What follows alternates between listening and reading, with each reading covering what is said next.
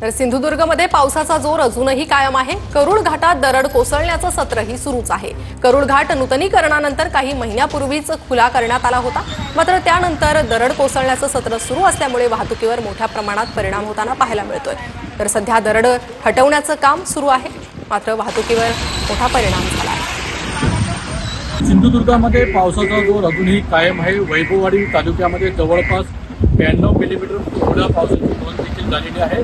सर्वाधिक पाऊस हा वैभववाडी तालुक्यामध्ये मंडळामध्ये ही सध्या जो आहे करूळ घाटामध्ये दरड कोसळलेली आहे आणि वाहतूक पूर्णपणे जी आहे दोन्ही मार्गाची जे सध्या ठप्प झालेली आहे। वाहतूक हटवण्याचं काम सार्वजनिक बांधकाम विभागाकडून केलं जात आहे। टप्प्याटप्प्याने ही वाहतूक जी आहे ती एकेरी मार्गाने सध्या सोडली जाते आहे। आपण जर पाहू शकता की ती देखील काही अंतरावरती देखील वाहतूक देखील थांबली आहे।